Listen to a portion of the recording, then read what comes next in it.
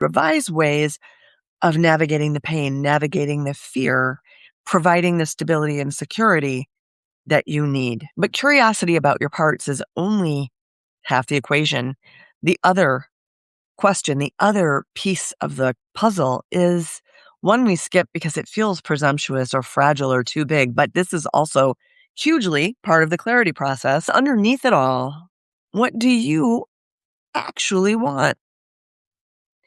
What do you want in this chapter of your life? So maybe everything was cooking along just fine in the last chapter, and suddenly you realize, I actually don't want to go where this road is leading me anymore. I need something different, and I don't know what. But what is that? What is that different thing? The clarity process helps you discover that too. But we're not thinking about this in terms of what you think you should want or what you think makes sense based on your history or what you think your friends will approve of or your family, your partner, or your business partner. What we're talking about is, what does a part of you that is confident, calm, and clear, what does that part of you want to do with this chapter of your life right now?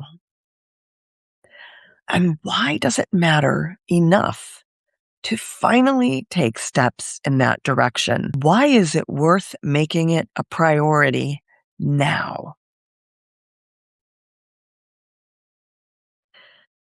So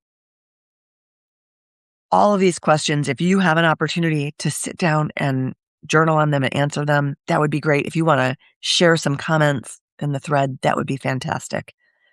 But these are the big questions. There are many others, many ways I help people get to the bottom of these questions. And I just want to say, and I want to go back to this. My brother was soul sick. He was very cut off from his inner divine core, his inner godliness. The part system he carried led him toward what felt to him like relief and away from what might have saved him or what might have healed him, what might have led him to contribute something more fruitful and beneficial to the world.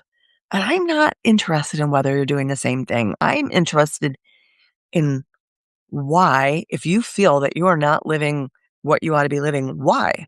And what becomes possible when you begin to understand your own inner part system. You're not broken.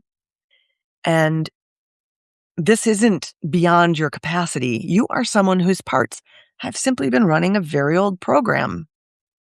All these old programs can be updated. All of the parts can be brought into different relationship with self and can be brought to understand the new priorities in your life. And when we talk about self-leadership, what we're talking about is a situation where your parts are willing to let self lead when it comes to setting priorities. So I'm going to leave you with this one final question. And this is something I really would love for you to comment on.